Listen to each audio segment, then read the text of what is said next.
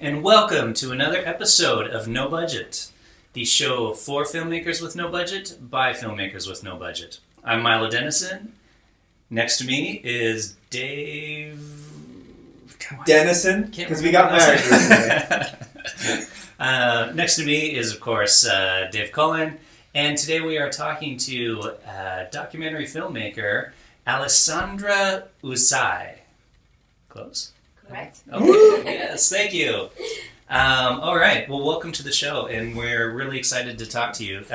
Alessandra made a documentary, two of them on the same subject. One is a short, Ladies of Burr Castle, and the other one is Ladies of Science, the extraordinary story of Mary Ward and Mary Rose.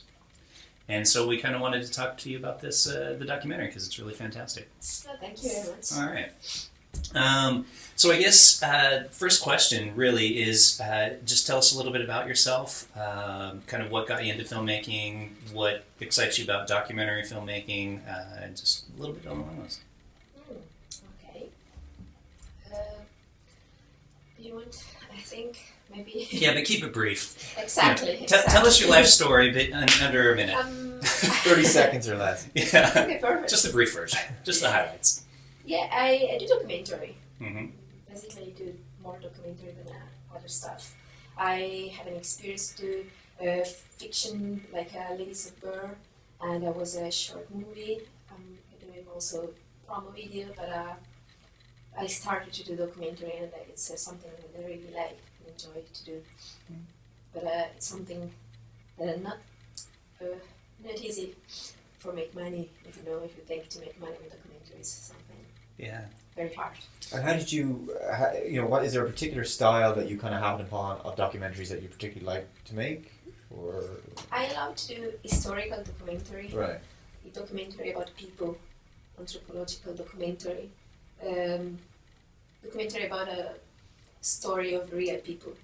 I think it's a good way to start because anyway the documentary is not very expensive anyway, and you can get a lot of an interesting story to tell, and then you can learn from the story that you are telling.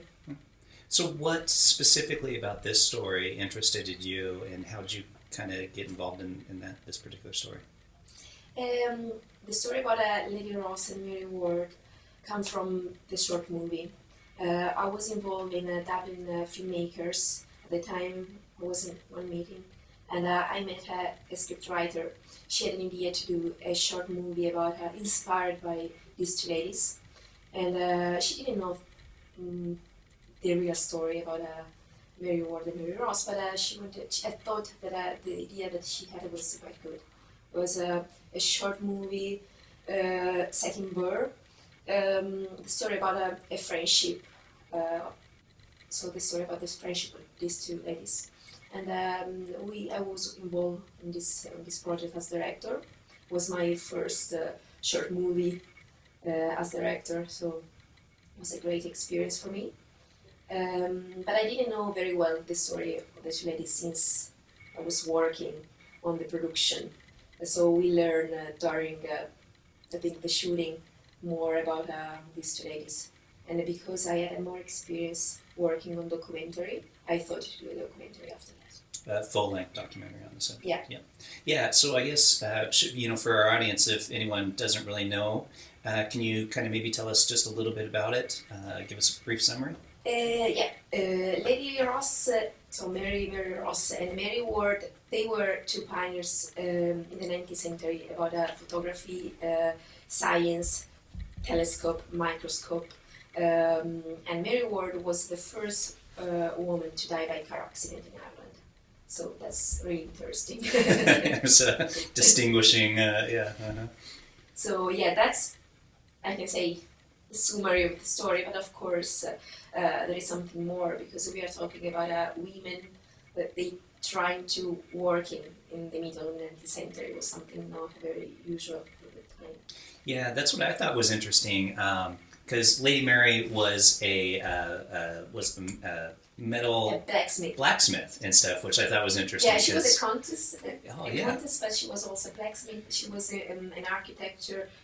She was working on a lot of different works that were not really appropriate for a contest. Mm-hmm. So yeah, and it was great, at least getting from the documentary, that she had a very supportive husband and stuff. Absolutely, in that era. a very supportive husband, and that's I think was interesting to see how she influenced the other Mary, that at the time she was absolutely younger than her, and I think Mary Ward got a great inspiration from Lady Ross, and that's I think something that I wanted to highlight in both the works. In the short movie, but even in the documentary, has sometimes the friendship that helps to create something bigger. You know, when you are doing something, have the support of someone else. It's really important. Mm-hmm. And that was particularly strong in the short film, more so Yeah. than the documentary, which you said that was kind of embellished a little bit more. A little more, probably, yeah. But was focused about the friendship of the two ladies and the support, the influence they made each other, we can say, made each other. Mm-hmm. And when you decided to do a full-length documentary on the subject, how did you go about?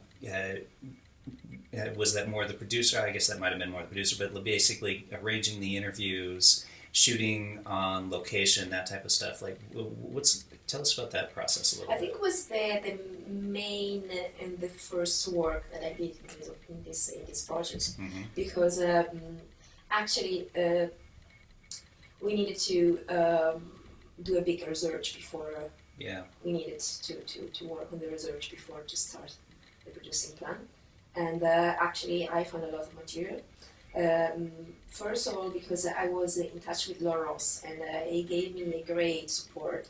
He opened the door of the castle for me, and I was free access to the archive. So then I went also to the National Library, and I was in touch with Lala Ward, who was another, was the great-granddaughter of Mary Ward. So they gave me a lot of material, such as books, Knott's book from the two ladies, photographs, and paintings, you know, any kind of material that was good to see, to understand if we had for showing the documentary. And when you reached out to the family, like, were they really open about, like, yeah, great, tell this story of... I met them during the shooting of Ladies of Burr. Okay. And that's, I think, was my first approach to the real story, because Ross told us the real story of these ladies. Mm-hmm. So when I was there we were just checking the locations. So there I realized what was the real story. But we were actually shooting the short movie, so I said, okay, it's fine. We have to focus on the short movie now, but I think it'd be great, you know, to tell the real story of the two ladies. Yeah.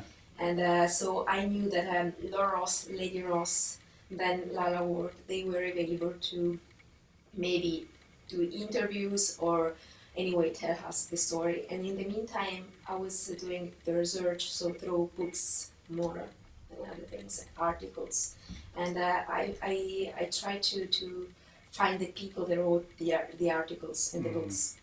So by Google, Yeah. I can say that I was just trying to typing an Email or call. and call. Yeah. And I think in 2 months we got a list of 10 people who were available to That's great. for the interviews. Yeah, because it's like a who's who in terms of as you say, the National Library, people from a historical society, and then obviously the scientists and everybody working on it. So this is obviously a really important story in terms of Irish history, because it was the largest telescope for 70 years or something like that. Exactly, yeah. It was the largest telescope for almost 100 years. And it's interesting also to know that now in the same part, in the same land, they are building the first radio telescope in Ireland.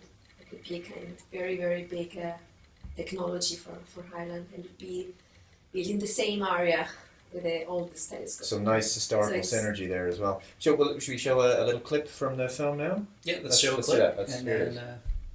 Curiosity, innovation, and hard graft.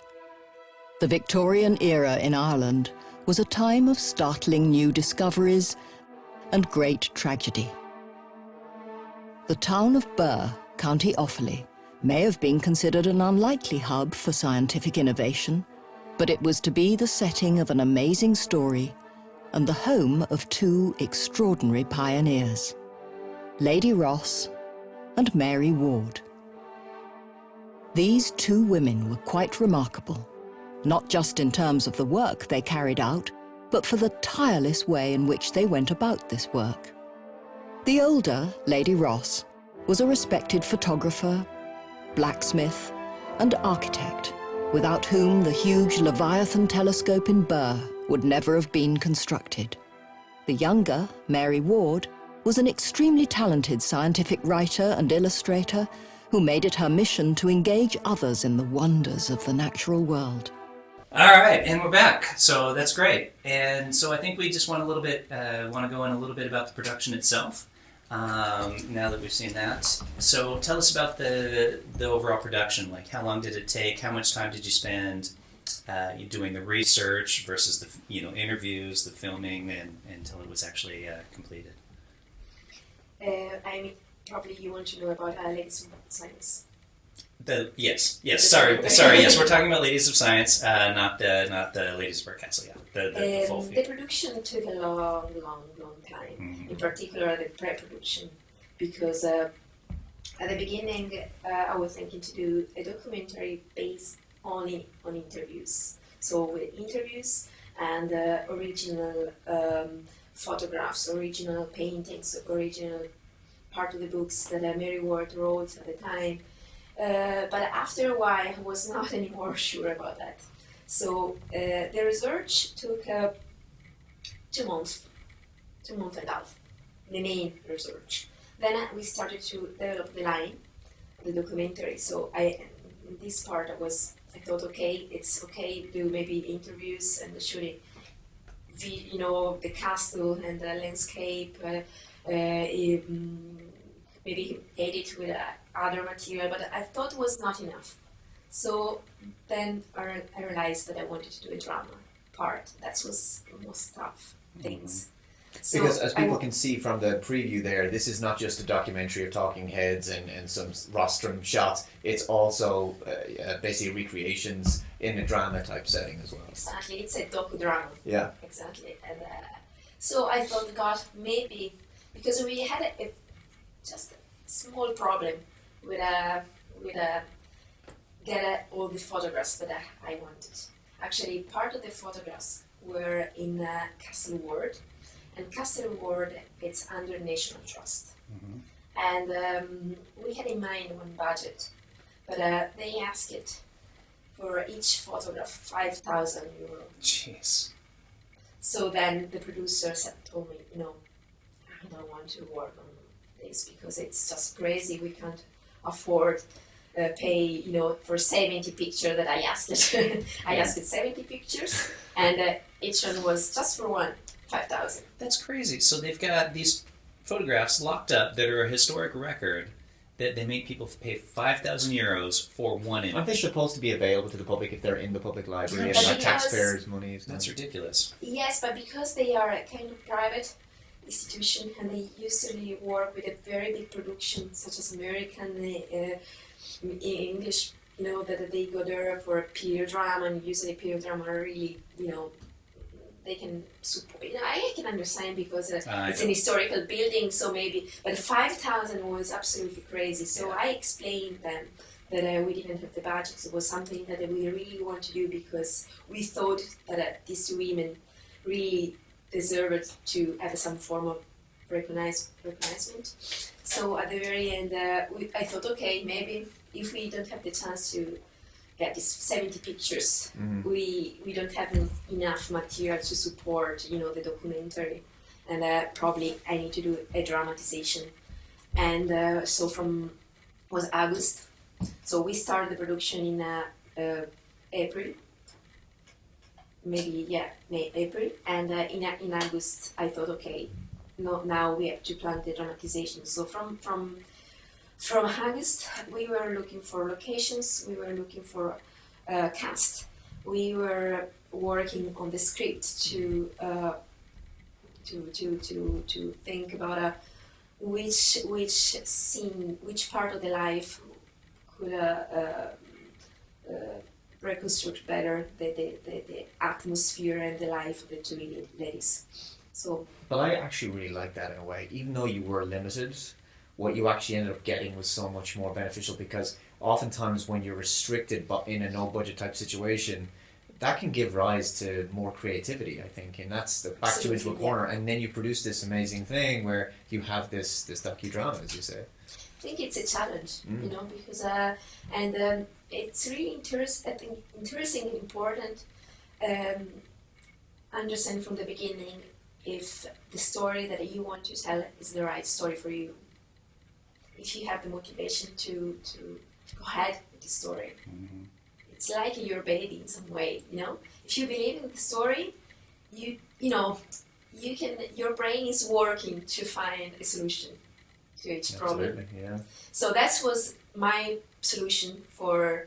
And I have to probably thank you the National Trust that now. I thought you were going to thank me I there. got more. You're welcome. I got more, I got. Boycott the National Trust. I got more because otherwise it was at the very end. I have to say that I thought, okay, I want to do the dramatization, and I was not very sure. But I was working with my assistant director and with my editor, so I was just getting an idea and share with them, say, what do you think? And we were just in 3 at the time. Mm-hmm. They said, yes, we can do the drama. Then I talked with my mother, but she's, I think, my biggest supporter. And she's a great tailor, so she could maybe do costumes. Nice. And I said, Mama, I would like to do a drama. What do you think? And maybe, yes, I can help you. You have just to give me the model and I can do the costumes. So God, good. We have the costume, so. And she went for a couple of weeks in November. She was working on the costume. In the meantime, I was doing the casting. So I found other people to help me. So I went a casting director, and then we were working on the cast. That was the main thing. Then in January, we started to work on the location. That was the second big problem, I think, because we didn't have money at the time, nothing at all. Just I know that we needed money, so. And you were in Birr, which is in the middle of nowhere. No, we were in Dublin. Well, you did shoot in Birr, though, no? So you went to Dunsink Observatory. I saw that part. It's a fiction most of the time, Yeah, but we have a couple of days in Birr, so we have some shooting there with the Lord of Ross, with we got some interviews there, and some shooting also there. But the main shooting were in Dublin. That's a lot of planning to coordinate. Interior, that was something very clear from the beginning, because we didn't have a lot of money, so we needed to work in the easier way as possible. So get maybe some interior rooms here to set up, and also for the cast it was absolutely much better. Yeah. Well, okay. Once it was finished, tell us about where's the film now? Kind of what's the status of it? Okay, so we say that the documentary, we finished the shooting, and we got a fantastic editor. He edited very well everything, and then we started to find a distribution. That was another difficulty at the very end. But we decided to send the documentary to festivals, and we were maybe lucky, maybe the documentary was really good. So we won different awards. The first was in Los Angeles. We won the Capra Award for Best TV Documentary. And then we won a second award for Best Editing Documentary for Saint-Tropez Film Festival in Nice. And then we won other 2 awards in Milano for Best TV Documentary and for the award for Scientific and Educational Award. So after that, I found also a distributor here in Dublin, and now it's working. Hopefully, something. Nice. All right. Fantastic. Okay, well, we're just about ready to wrap up. So just real briefly, what are you working on next then? I'm working on 3 different projects. 3 different projects? Okay. Just, At the moment, I'm working on just to develop an idea and to get funding. Okay. Yeah, the joys of The filmmaking. first, It's all about the you know, money. because my challenge was finished. Okay. Few next project I finished. And Now, you're directing, now I- directing, writing, or just directing all? not writing, but more directing, producing. Okay. Great. Well, thanks for coming on the show. We really appreciated it, and Thank you very much. good luck with the distribution on it and your next project. Thank you very much. Great, thanks. And we will be back Very soon. at some other point. Bye, guys.